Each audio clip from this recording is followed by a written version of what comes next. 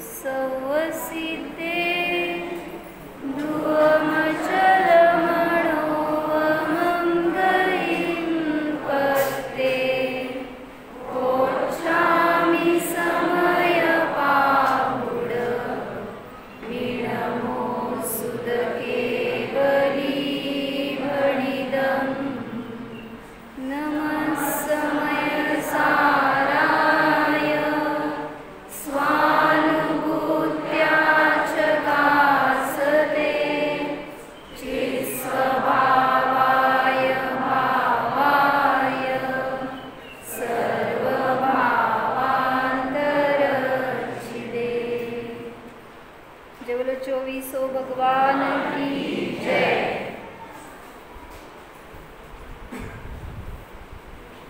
काल कोणीतरी म्हणले असं प्रवचन ऐकायला बसल्यावर असं वाटतंय सगळ्यांचंच कोण सांगते म्हटले ऐकत राहावं, त्याचं फळ तुम्हाला आज मिळालं काय? सकाळपासून कंटिन्यू माताजींची दिवेधरी तुम्हाला ऐकायला मिळते आणि आज मला पण थांबवू नका म्हणून सांगितलंय. चलते रहो, त्यामुळे तुमचं स्टॅमिना जास्त आहे का माझं बघायचं. काल काय बघितलं? हां 20, 21 आणि 22 गाथेमध्ये सांगितलं काय? भूतकाल, वर्तमानकाल आणि भविष्यकाळाच्या परिग्रहाविषयी तुमचं चिंतन कसं असतं, म्हणजे जो अज्ञानी आहे, अप्रतिबुद्ध आहे, त्याचं चिंतन कसं असतं हे सांगतायत. काय म्हणले सेजल? कोणाला सांगतायत? हां अजून एक प्रश्न होता. वीरसागर महाराजजींना एकांनी प्रश्न विचारला. असा प्रश्न मला पण एकांनी शिबिर चालू व्हायच्या आधी 2 दिवसात फोनवर विचारला होता की समयसार कोणी वाचावा? असं डोक्यावर घ्या, समयसार कोणी वाचावा आणि कोणी नाही वाचावा? राजू काका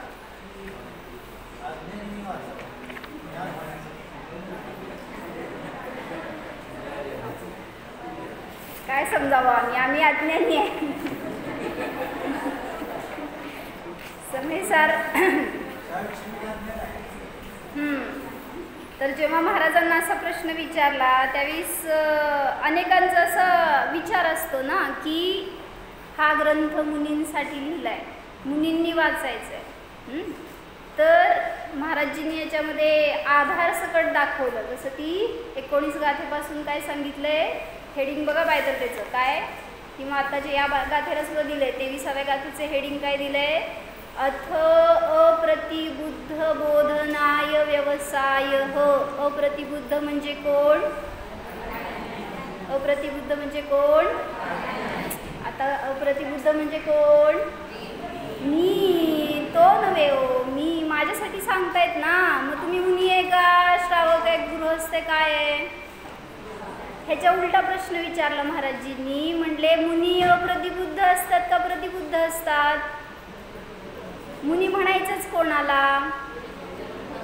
भावलिंगी संतांना मुनी म्हणताय ना, तर तिथं ते षष्टम सप्तम गुणस्थानवरती आहेत. अज्ञानी आहेत का ज्ञानी आहेत?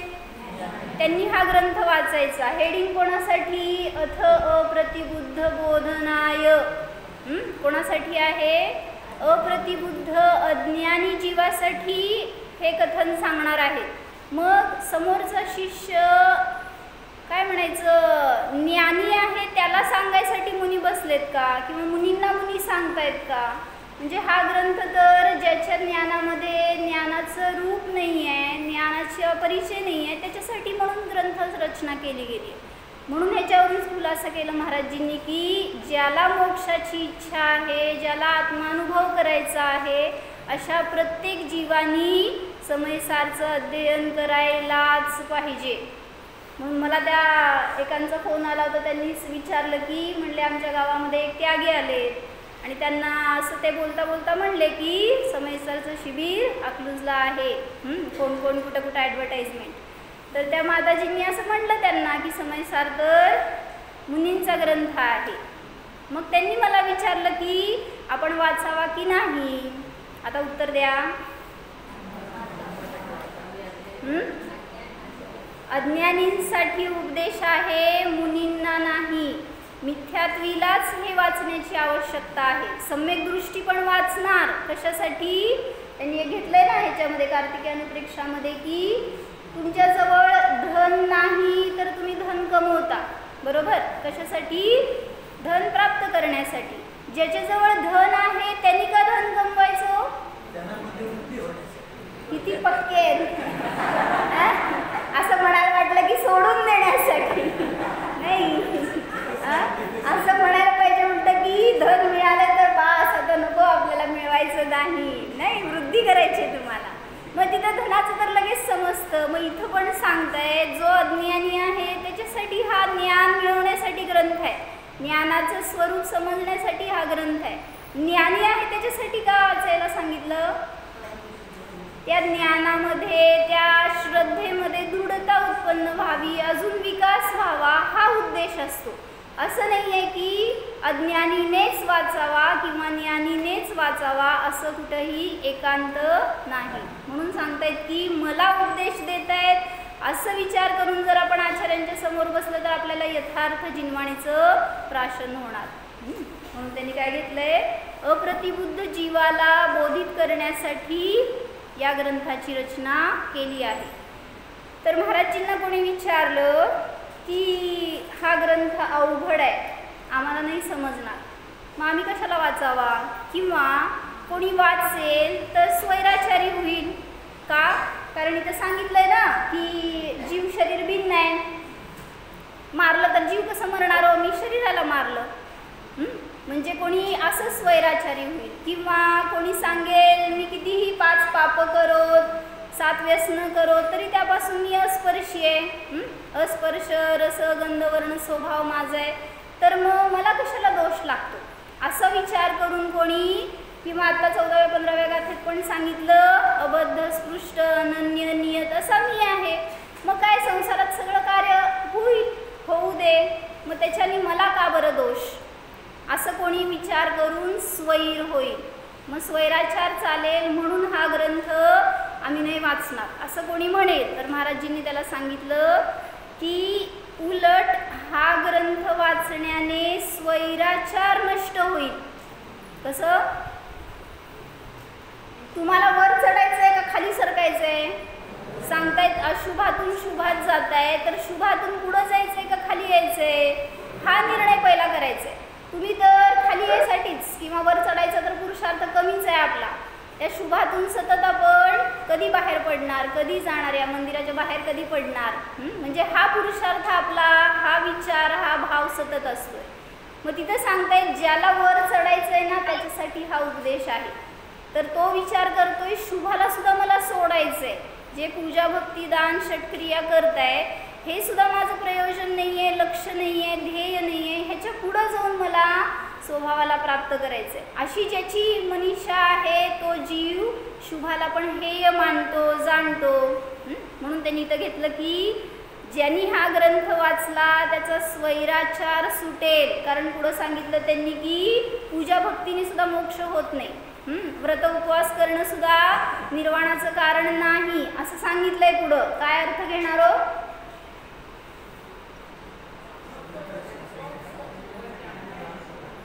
बरोबर सांगितलंय का चुकीचं सांगितलंय ते सांगा. सगळे एकमताचे आहात. म्हणजे एक दृष्टी आहे ना, ज्या कोणाला सांगतायत हा उपदेश, जो त्या व्रताधिकांनाच धर्म मानतोय त्याला सांगितलं हे आहे, याच्या पुढं सरक.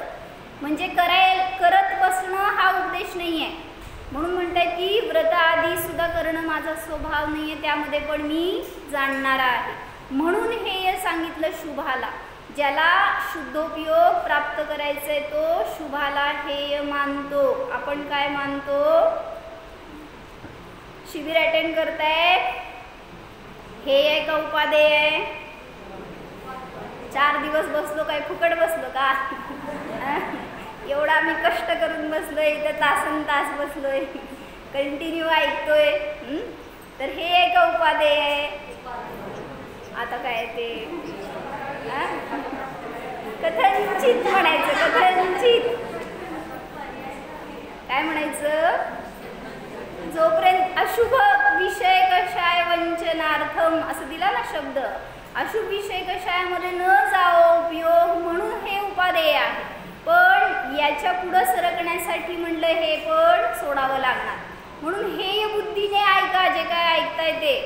कारण तुम्ही सगळे ज्ञानी आहात. हो म्हणा. हो म्हणते. म्हणजे ज्याला ज्ञान प्राप्त झालंय तो सतत आपल्यामध्ये वृद्धी करण्याचाच प्रयत्न करतो. म्हणून सांगितलं की स्वैराचार दूर करण्यासाठी उलट या ग्रंथाचं अध्ययन आवश्यक आहे. सम्यक्त्वी बनवण्यासाठी उपदेश आहे. लहान मुलांनाही उत्कृष्ट खेळणी मिळाली तर जुनी खेळणी टाकून देतात. कोण शिकवलं त्यांना? लहान मुलांना चांगलं काहीतरी त्यांची इष्ट वस्तू दिली तर त्यांच्या हातातली अन्य वस्तू ते सोडून देतात. सहज उपजत आहे ना ती कला. मग तसं सांगितलं इथं सुद्धा तुम्हाला उत्कृष्ट वस्तू द्यायला लागलेत आचार्य किंवा भगवान. मग ती वस्तू तुम्हाला नाही आवडली तर घेऊन बसा मग खेळणी जुनी. सगळे जे आहे ना सगळा परिवार परिग्रह संयोग शरीर हे सगळे जुनी खेळणी आहेत. किती दिवस सांभाळणार? मग जोपर्यंत चांगल्या वस्तूचा निर्णय नाही करणार त्याला ग्रहण नाही करणार तोपर्यंत या वस्तू सुटणार नाहीत. तसे खरा आनंद मिळाला तर अज्ञानी मिथ्यादृष्टी जीव दुःखापासून मुक्त होणार. म्हणून आनंदाचा भोग घेण्यासाठी या ग्रंथाचा स्वाध्याय अवलंबन आहे. पुढं सरकण्यासाठी म्हणून ह्याचं अध्ययन करायलाच पाहिजे, नाही असं नाही. आणि त्याला पण पुन्हा हेय रूपाने स्वतःला विषय करून जाणलं तर तो विषयसुद्धा शुभभावसुद्धा सहज सुटतात. म्हणून गाथेत काय सांगितलं बघू आपण. 23, 24, 25 नंबरची गाथा आहे. समोर पुस्तक असेल तर ठेवा.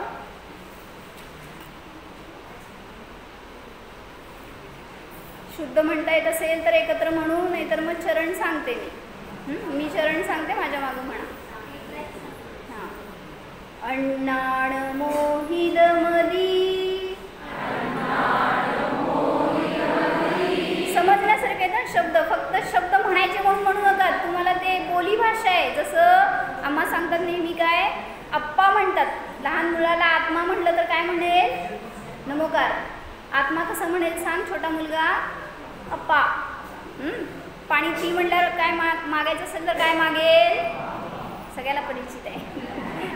मग इथं आचार्य तुमच्या भाषेत सांगतायत त्यामुळे सगळे शब्द सुद्धा समजण्यासारखे आहेत गाथेतले. तसं वाचा लक्ष देऊन. नुसतं म्हणायचं आहे म्हणून म्हणू नका. मी अर्थ सांगणार नाही म्हणजे तुम्हाला सरळ समजत जाईल सहज. अण्णाण मोहिद मदी मज्जमिणं भणदी पुग्गलं दवं बद्धमबद्धं च तहा जीवो बहुभाव संयुक्तो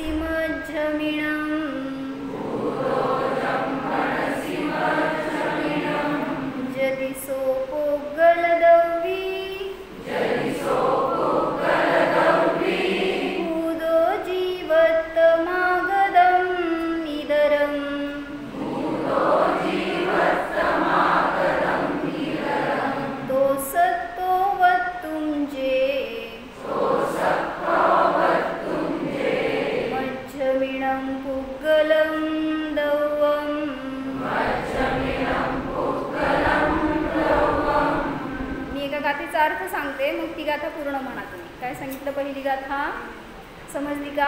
अण्णाण मोहिद मदी. सांग अर्थ संयमी. अज्ञानी मोहित मती. पुग्गल दवम मध्यम इणम भणदी. इणम पुग्गल पुद्गलद्रव्यम मध्यम इदम म्हणंती. हे पुद्गल द्रव्य सिद्धम माझं आहे असं म्हणतो. असं झापड्या लावून बसायचं आपण, म्हणजे ना ते फक्त आचार्यांबरोबर राहतो आपण. मग कसलं पुद्गल द्रव्य? बद्धम अबद्धम च. बद्ध पुद्गल द्रव्य म्हणजे हे शरीर कर्म नोकर्म जे आहेत ते बद्ध पुद्गल द्रव्य, त्याला माझं म्हणतो. आणि अबद्ध पुद्गल म्हणजे सेजल. अबद्ध पुद्गल कोण सांग? प्रतीती. तिची मुलगी आहे बरं का, नाही तर तुम्हाला काहीतरी वेगळं वाटायचं.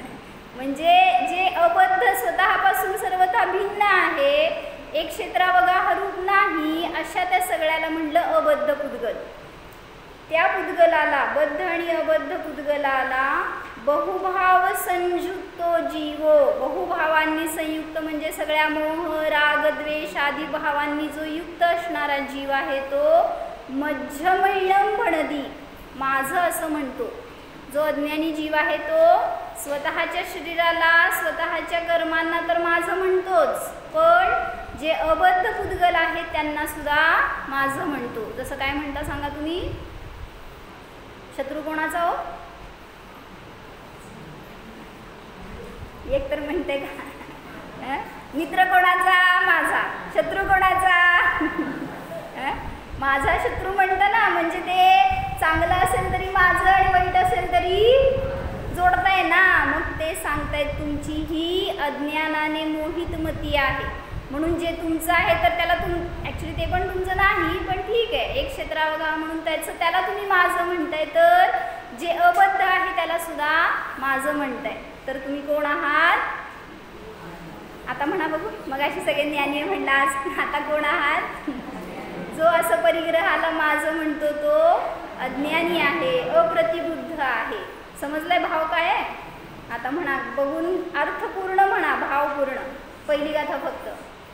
अंडाण मोहिरमदी मज्जमिनं म्हणती पोकलं द्रव्यं बद्धमबद्धं चतः जीवो बहुभाव संयुक्तो. आता हा अज्ञानी जीव आहे, तर अनादीपासून इतकं दुःख भोगलंय, इतकं दुःख भोगलंय, आठवण येत नाही म्हणून रमलाय तुम्ही अजून आज. तर जर ग्रंथांचं अध्ययन केलं किंवा एक श्लोक सांगितलाय कशामध्ये, एकीभाव स्तोत्रमध्ये, काय 11वा श्लोक माहिती आहे काय सांगितलं त्यामध्ये? कोणाला येते का एकीभाव स्तोत्र? आहे तुमच्याकडे मोबाईल आहेत, लगेच काढून लगेच मिळेल तुम्हाला. ते काढलं तर काढा आणि म्हणा बघू. असं एवढं सुंदर सांगितलं ना त्या 11व्या श्लोकामध्ये की तुम्ही अनादी काळापासून इतकं अनंत दुःख भोगलंय ना, त्याचं स्मरण करा. स्मरण झालं तर काय होईल हे सांगितलं त्यात. स्मरण झालं तरी बिचारे सोडत नाहीत, इतके मोहित मती आहात हे सांगायला लागले बरं का इथं. तर तुम्ही काढेपर्यंत मी एक हे सांगते. नाही मला नाही लागलं. त्यामध्ये काय सांगितलं की कार्तिकेय अनुप्रेक्षामध्ये त्यांनी घेतलं मोहित मतीचं उदाहरण कसं असतं. तोपर्यंत तुम्ही एकीभावचा 11वा श्लोक काढायचा आहे. काढलं का?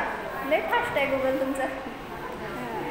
म्हणा जानासी त्वं मम भव भवे यच्च यादृक् च दुःखं स्मरणमपि मे शस्त्रवन् निष्पिनष्टि त्वं सर्वेशः सकृपैति च त्वामुपेतोऽस्मि भक्त्या यत्कर्तव्यं तदिह विषये देव एव प्रमाणम्. असं एक एक श्लोक पण एवढे छान आहेत ना, म्हणजे त्यामध्ये काय भाव घेतला समजलं का? जानासी त्वं मम भव भवे यच्च यादृक् च दुःखं. समजलं? माझं अनंत भवाभवापासूनचं जे दुःख आहे ते हे भगवान तुम्ही जाणता. जानासी त्वं मम भव भवे यच्च, जे ज्या ज्या प्रकारचं दुःख मी भोगले हे भगवान तुम्ही जाणता. म्हणजे मी किती दीनहीन आहे, किती मी लाचार आहे, किती मी दुःखी आहे तुम्हाला माहिती आहे. असं कोण म्हणते? तुम्ही कोणी म्हणणार नाही मला माहिती आहे, तुम्ही सगळे सुखी आहात.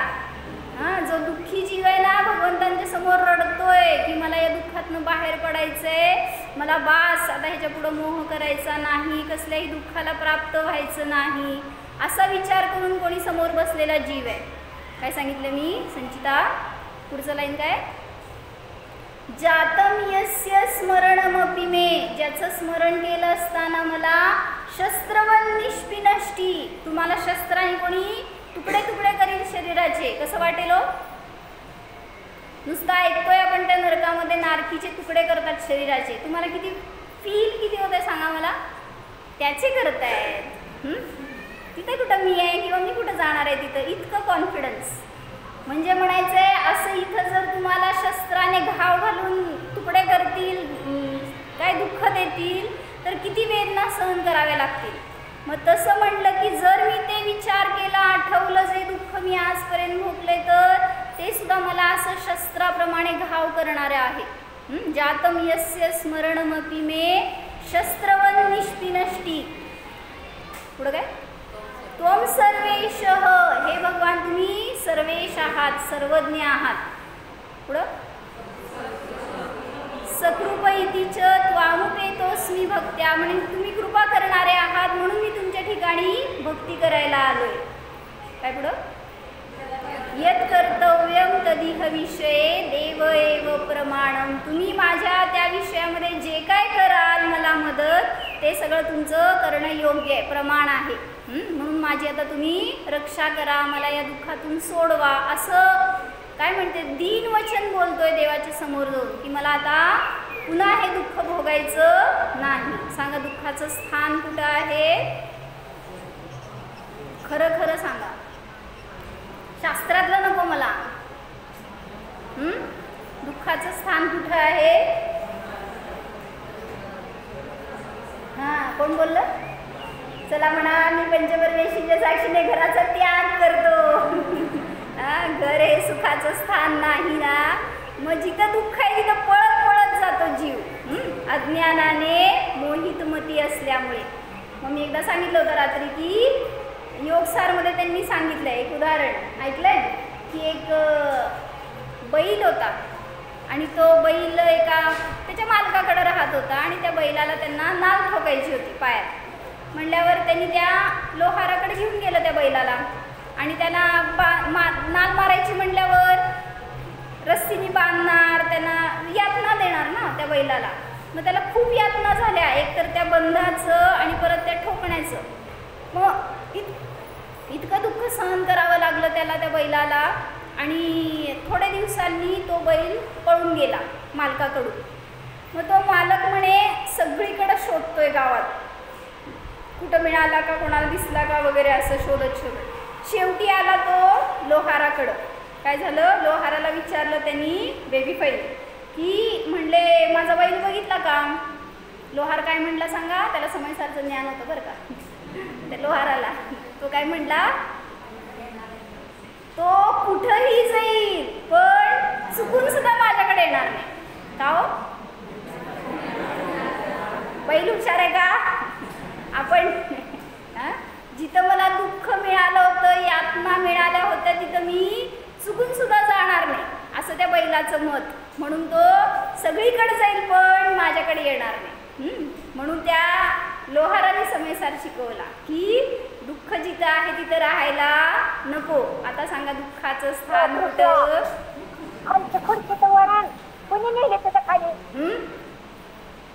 आता घर म्हणणारच नाही कोण, मला माहित आहे, कारण इथून तुम्हाला तिथंच जायचं आहे. आता उद्याचे वेध लागले सगळ्यांना, कधी सोडताय आम्हाला, दुःखात पळत पळत जायचंय.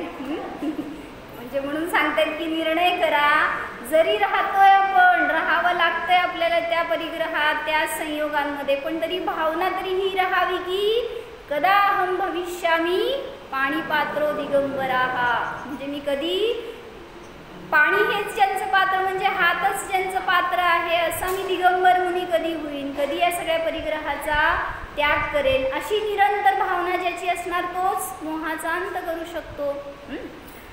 बरं, पहिली गाथा सांगितली. दुसरी गाथा आता भेदविज्ञानासाठी म्हणून पहिल्यांदा काय तुम्ही मानता, तुमचं ज्ञान कसं आहे हे सांगितलं. तर दुसरी गाथा सांगतायत ती काय करायला पाहिजे त्याच्यासाठी भगवान उपदेश देत आहेत. तुम्ही कोण आहात? सौवण्णू म्हणजे सर्वज्ञांच्या ज्ञानामध्ये दृष्ट पाहिलेलं आहे. गाथेत बघताय सगळे. सौवण्णू नाण दिठ्ठो म्हणजे सर्वज्ञांच्या ज्ञानामध्ये असं दिसलेलं आहे की जीवो नित्यम उपयोगलक्षणो म्हणजे जीव तर नित्य उपयोग लक्षणवाला आहे. उपयोग लक्षण म्हणजे ज्ञान दर्शन उपयोग. मग ज्ञान दर्शन उपयोगवाला जीव असतो, अन्य जीवाचं लक्षण नाही. म्हणजे कोण कोण नाही? स्त्री नाही, पत्नी नाही, संयोगी पदार्थांचा कोणी संबंधी नाही. हे सगळं लक्षण नाही आहे जीवाचं. जीवाचं लक्षण फक्त उपयोगमय. कहसो पुद्गल द्रव्यभूतो मग तो जीव कसं काय पुद्गल द्रव्यभूत होईल? म्हणजे हे पुद्गल आहे ना, तुमचं शरीर, तुमचे कपडे, तुमचं घर वगैरे हे पुद्गल आहे. त्या पुद्गल द्रव्यमय कसं होणार तुम्ही? जो उपयोग लक्षणवाला आहे. आणि जर तुम्ही होत नाही तर कसं मज्ज विडंबनदी? मग त्याला माझं कसं म्हणता? म्हणजे जे तुमचं असतं ते तुमचंच राहतं, ते परद्रव्य रूप होत नाही. जे परद्रव्य असतं ते पररूपच राहतं, तुमच्या रूप होत नाही. काय सांगितलं सांगा?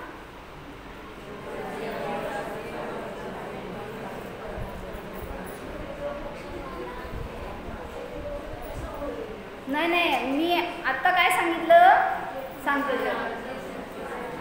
जो मेरा सो जावे नाही, जावे सो मेरा नाही. जाऊ म्हणले नाही बरं का, मी जावे म्हणले. जावेचं ते माझं नाही, माझं ते जावेचं, असं का? जावेचं पण माझंच, माझं पण माझंच. असली आपली बुद्धी. म्हणजे म्हणायचंय मेरा सो जावे नाही, माझं असतं ते कधीही माझ्यापासून वेगळं होतच नाही. आणि जे माझं नाही ते माझ्या रूप कसं होणार? म्हणून सांगतायत की पुद्गल द्रव्य रूप होत नाही. तुम्ही जेव्हा उपयोग लक्षणवाले आहात तर तुम्ही पुद्गल रूप होत नाही असं सांगितलं दुसऱ्या गाथेत. समजलं का अर्थ? सर्वज्ञांच्या ज्ञानामध्ये पाहिलेलं आहे की जीव तर नित्य उपयोग लक्षणवाला आहे. कुठल्याही शरीरात जाऊ दे, पर्यायात जाऊ दे, जीवाचं लक्षण काय?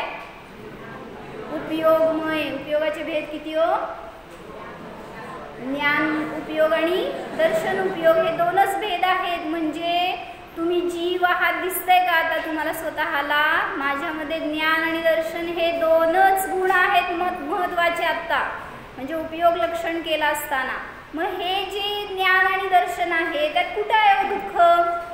त्यात कुठं आहे बाहेरचा परिग्रह? त्यात कुठं आहे मोह? मोह हे लक्षण सांगितलं का जीवाचं? मग का निर्जीव होऊन बसलोय आपण? असं स्वतःचा विचार करा ना. आपल्याला काय आचार्यांनी सांगायला पाहिजे असं नाही. म्हणजे जे पण करतोय संसारिक क्रिया त्याच्यामध्ये मोही होऊ नकात, आसक्त होऊ नकात, एकत्व परिणती नको. तर आपलं काय म्हणायचं, संसार सुद्धा शून्य होणार. कोणाकोणाला करायचंय? संसाराचा नाश होणार. असं म्हणलं तर वाईट वाटेल. ज्याला समजलं हे तर त्याच्या नियमाने संसाराचा अंत होणारच. म्हणा दुसरी गाथा, अर्थ समजून म्हणा.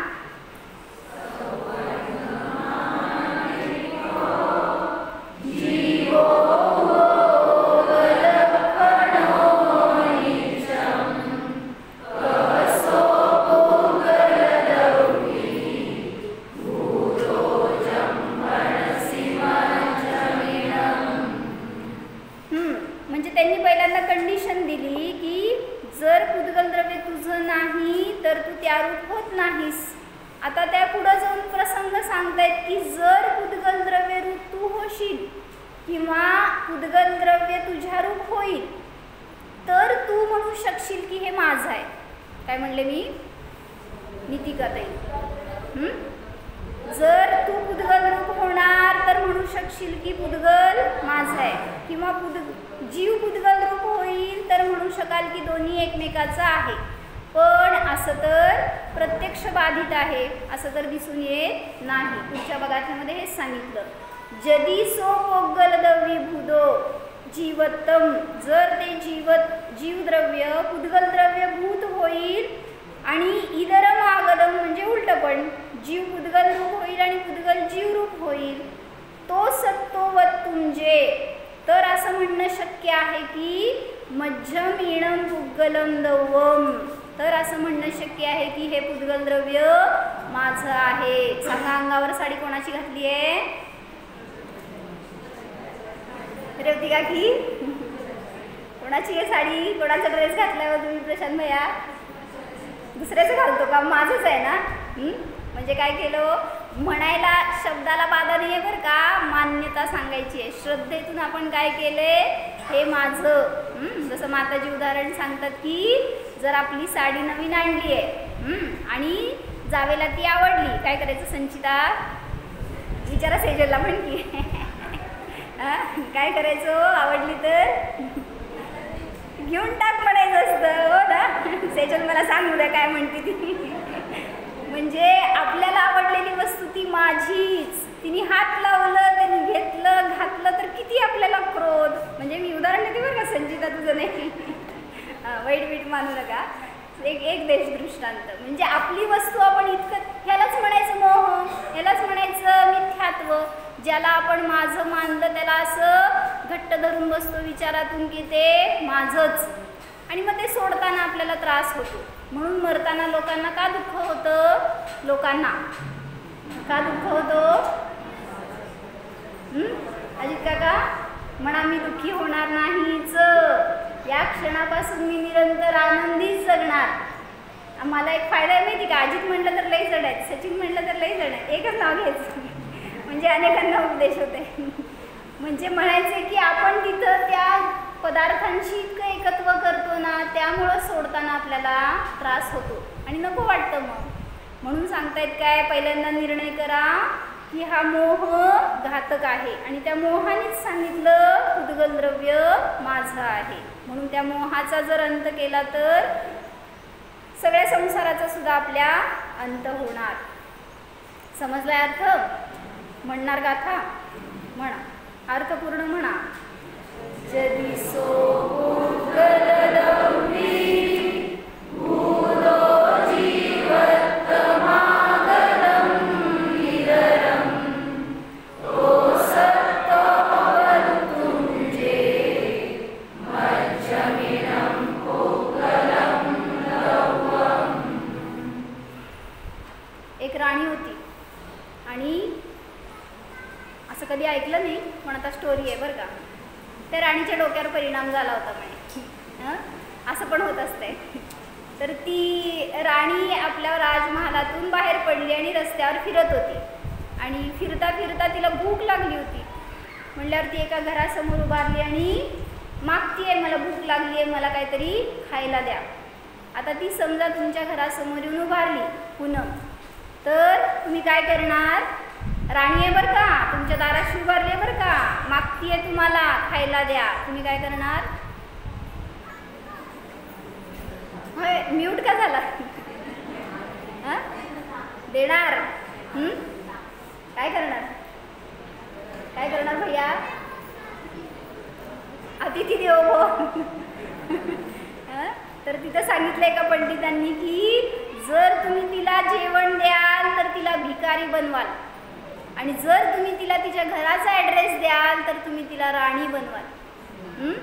मग हेच सांगितलं आपल्यासाठी. आपण काय करतोय? शरीराचं दुःख, शरीराचा रोग घेऊन रडतोय आणि चाललोय कुठं? गुरूंकडे चाललोय आणि म्हणलं की मला माझ्या दुःखाचा अंत करायचा आहे, मला उपाय द्या. आणि जर तो गुरु असं सांगेल तुम्हाला की तुला हा रोग झालाय तर या दवाखान्यात जा, हे औषध घे, काय केलं? प्रेरणा तुम्हाला रोगीच बनवलं, शरीरीच बनवलं, भिकारी बनवलं असं म्हणा. मग डॉक्टरकडे गेला तर तो भिकारी बनवतो, आणि जर आपण गुरूंकडे आलो तर ते सांगतात तुमच्या रोगाचा उपाय करायचा तर निरोगी आहे किंवा अशरीरी आहे हे जाणा, तर तुम्हाला त्यांनी सिद्ध बनवलं, अशरीरी बनवलं. म्हणून एक मनुष्य होता, स्वाध्यायी होता, रोज स्वाध्यायाला यायचा, आणि त्या पंडितांचं त्यांच्यावर जास्त अनुग्रह, त्यांची इच्छा जिज्ञासा असल्यामुळं तर ते रोज त्याला चांगलं समजावून सांगायचे वगैरे. आणि अचानक काय झालं, ते यायचे बंद झाले. मग किती एक 7-8 दिवस दिवस वाट बघितली पण ते आले नाही. म्हटल्यावर निरोप पाठवला आणि ते एक दिवस आले शास्त्राला. मग आल्यावर पंडितांनी विचारलं काय झालं, का नव्हता तुम्ही स्वाध्याय का बंद केला आहे. श्रुतिका भाभी त्या दरवाजाच्या समोर बसणाऱ्यांना रिस्क आहे बरं का, कारण वारं मंद मंद वाहत असते, इथं चांगलं म्युझिक चालू असते. मग काय करायचं, असं ताट बसायचं. तर तिथं त्या काय सांगते मंदवाडा नाही काय, त्या पंडितांनी विचारलं की काय झालं, का तुम्ही यायचं बंद केला होता. मग त्यांनी सांगितलं की मला थोडा त्रास होत होता म्हणून मी डायग्नोज करायला गेलो होतो आणि मला कॅन्सर डिटेक्ट झाला आहे. आणि त्याचा चेहरा उदास झाला होता.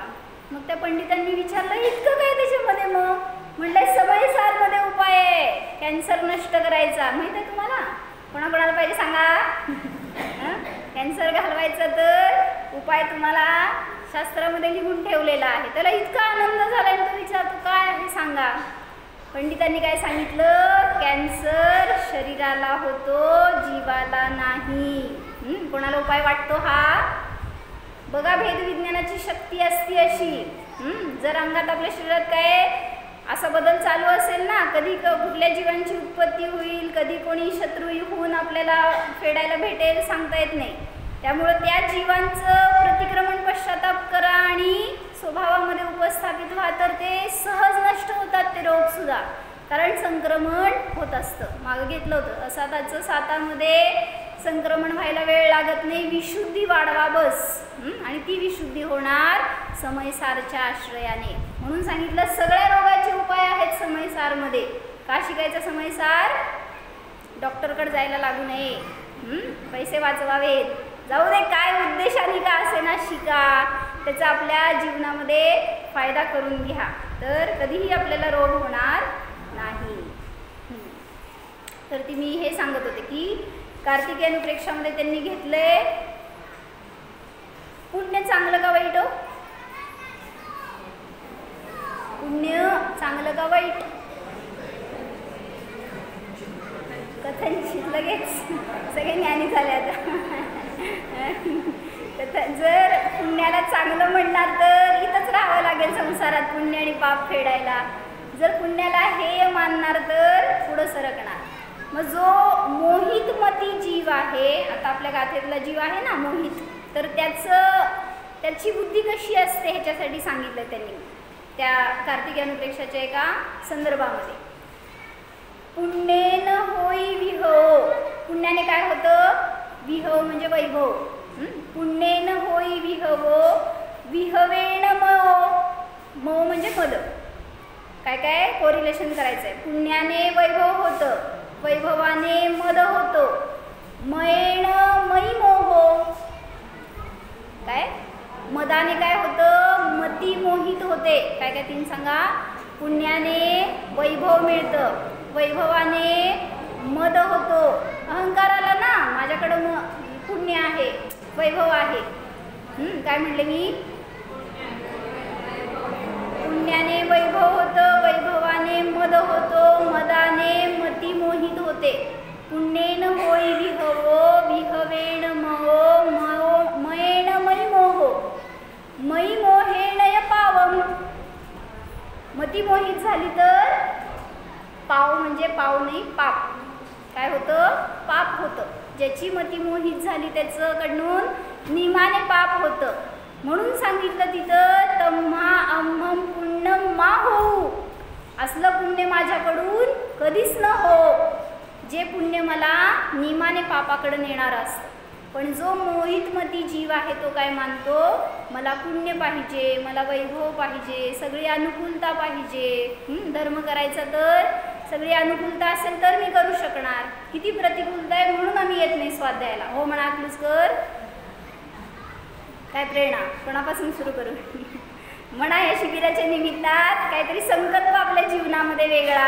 पूनम काय म्हणायचं, आजपासून समयसार संपेपर्यंत रोज स्वाध्यायाला, मी म्हणलं नाही बरं का, येणार पण नका जाऊ दे, स्वाध्याय रोज करणार तरी म्हणा, येणार तर चांगलंच आहे तुमच्या दृष्टीने. तर म्हणून म्हटलं असं पुण्य माझ्याकडून कधीही न हो.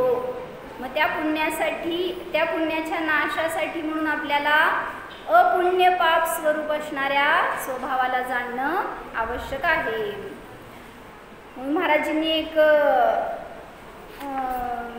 अज्ञानी जीव असतो त्याचं विचारसरणी कशी असते याच्यासाठी म्हणून सांगितलं की अज्ञानी जीव जर क्रोध करेल आणि त्याला तुम्ही आत्म्याचं स्वरूप सांगाल तर तो काय करेल? क्रोधी जीवाला आत्म्याचं स्वरूप तो जाणत पण नाही आणि मानत पण नाही. चांगलं घेतलं बरं का. क्रोधी, मानी, मायाचारी आणि लोभी जीव आत्म्याबद्दल काय विचार करतो? 4 4 विचार घेतले.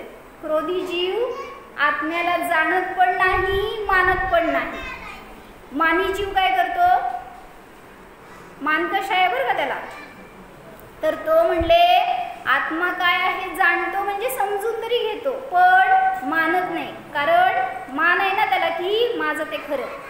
म्हणून क्रोधी जीव जाणत पण नाही, मानत पण नाही. मानी जीव जाणतो पण मानत नाही. वंदना काकी काय म्हणले? मी वंदना म्हणले आहेत बरं का, क्षमा. मी आपलं म्हणजे मानी जीव असतो तो जाणतो पण मानत नाही. मायाचारी जीव काय करतो? तृप्ती भाभी, मायाचारी जीव काय करतो? जाणण्याचं नाटक करतो, मानण्याचं नाटक. कपट आहे ना. मायाचार म्हणजे काय? खोटं कार्य आहे म्हणून तो जाणण्याचं किंवा मानण्याचं नाटक करतो. लोभी जीव काय करतो? लोभी जीव जाणूच शकत नाही कितीही तो काय, कारण लोभ आहे अंतरंगामध्ये, तर दाखवतो मी जाणतो आणि मानतो पण जाणू शकत नाही किंवा मानू शकत नाही. म्हणून सांगितलं की हे कषाय आपल्याला बाधक आहेत आपल्या स्वरूपामध्ये. मग जेव्हा आपल्याला स्वरूपाला जाणायचं आहे तर या कषायांचा पण तिथं अभाव असतो. म्हणजे जेव्हा मी स्वरूपाला जाणणार त्यावेळेस तिथं हे कषाय सुद्धा आपल्याला होणार नाही. म्हणून तिथं आपल्याला आपल्या स्वभावाची साधना करणं आवश्यक आहे.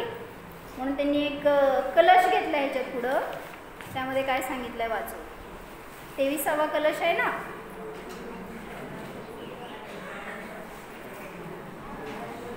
जर आगास्य प्रतीचं पुस्तक असेल तर 55 पान आहे. महाराजांच्या पुस्तकात कलश नाही आहे. पान नंबर 55 आहे. फक्त कलश काढायला सांगितलंय, बोलायला नाही सांगितलं. म्हणताय का? असं सुंदर भाव घेतलाय त्याच्यामध्ये की तुम्हाला तत्वाचं कुतूहल उत्पन्न व्हावं. सरका पुढे आणि बघा शास्त्रामध्ये, संचिता शास्त्रात. नंतर शास्त्र घ्या आणि त्याच्यामधून म्हणा.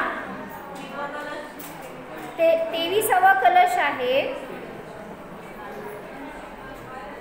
बरं ऐका, आम्ही म्हणतो ऐकथमपि मृत्वा तत्व कौतूहली सन् अनुभव भव मूर्ते पार्श्ववर्ती मुहूर्तम पृथगथ विलसन्तं स्वं समालोक्य येन त्यजसि जगिति मूर्त्या साकमेकत्वमोहम्. गोड बोलले माहिती का आचार्य तुमच्याशी, गोड गोड बोलतायत. असं कळलं असेल ज्याला तर आनंद येईल. आई म्हणजे अरे जीवा, अरे बंधू. काय म्हणतो लहान मुलाला तुम्ही गोड गोड बोला, कसं बोलता? अरे पिल्लू, अरे गोडू, काय म्हणतं ना असं काहीतरी. त्याला ऊ लावलं की गोड झालेलं असतं ते. मग तिथं तसं गोड भाषेमध्ये सांगतात आचार्य, अरे जीवा कथमपि मृत्वा, काहीही कर, मर, पण तत्वाचं कुतूहल जागृत कर.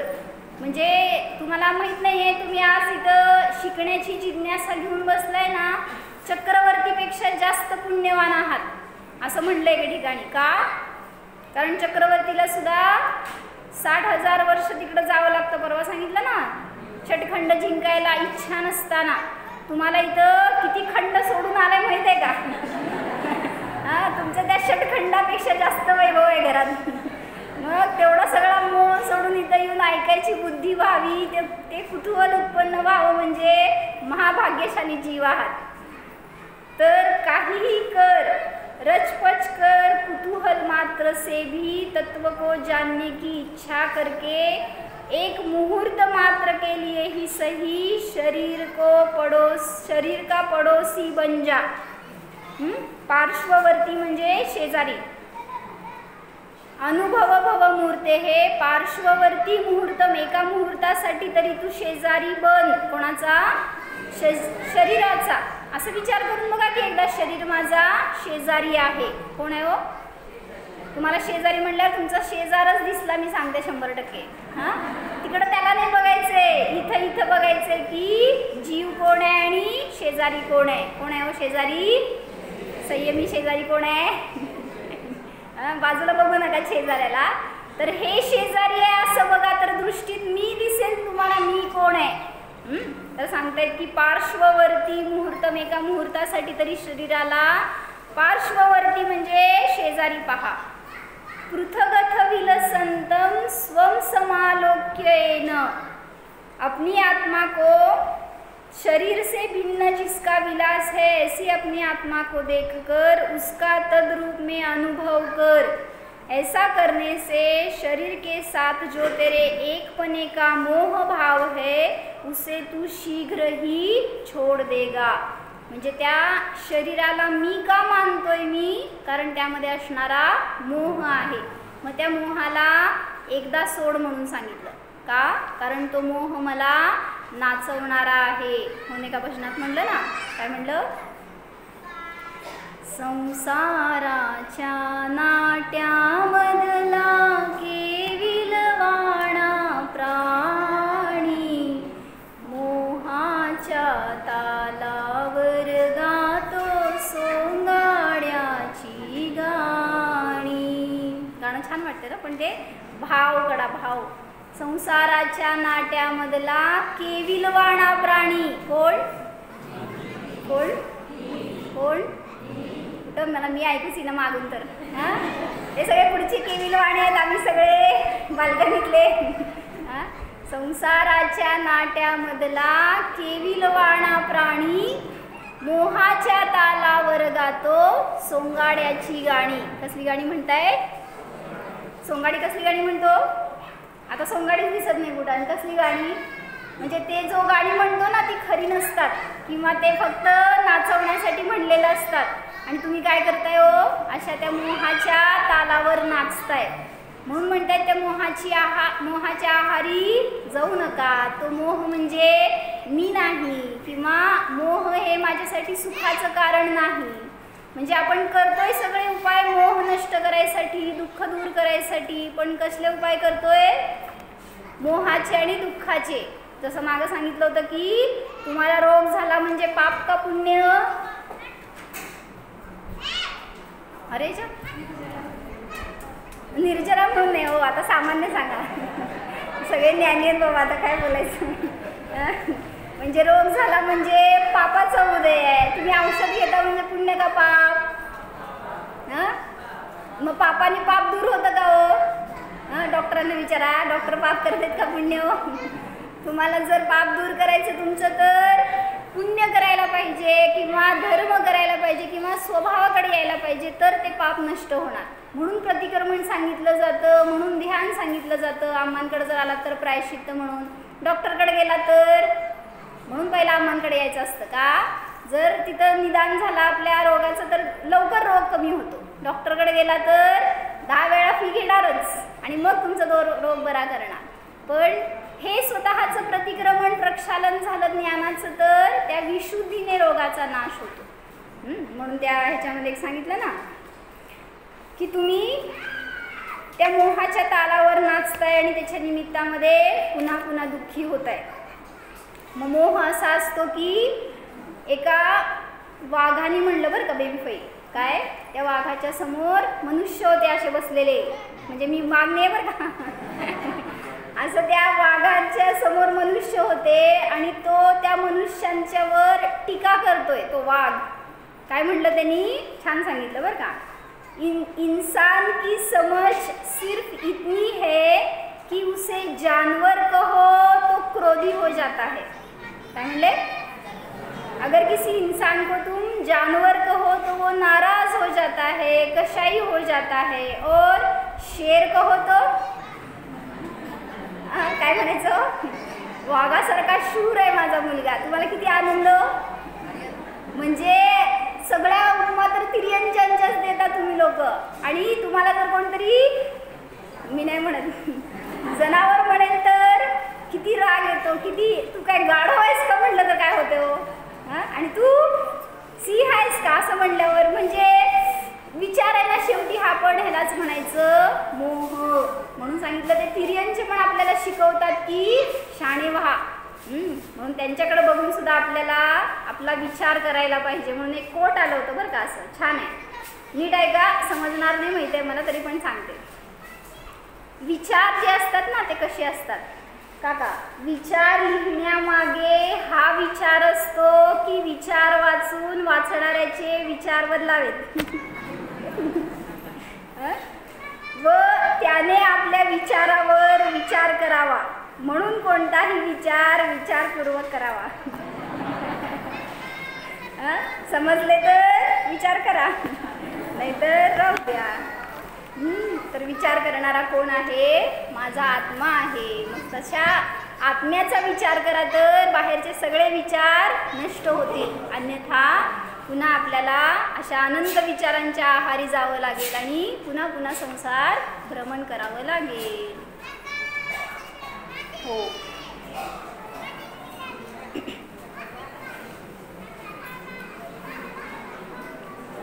सावधान. डाव्या हातावर उजवा हात ठेवा. जाणा स्वतःच्या निर्मोह स्वरूपाला जाणा. पहा हा मी जीव शरीरवाला नाहीच. शरीर हे माझे रूप नाहीच. शरीराला शेजारी पहा, अचेतन पहा. मी तर चेतन आत्मा आहे. मी तर निर्मल पवित्र जीव आहे. निसंसार स्वरूप आहे. निर्मम स्वरूप आहे. सुख हा माझाच स्वभाव आहे. मी तर सुखाचा पिंड आहे. जाणतो आहे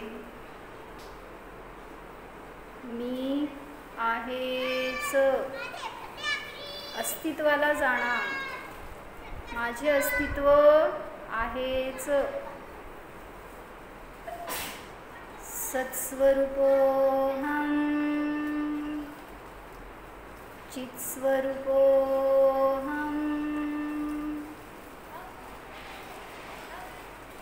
ओम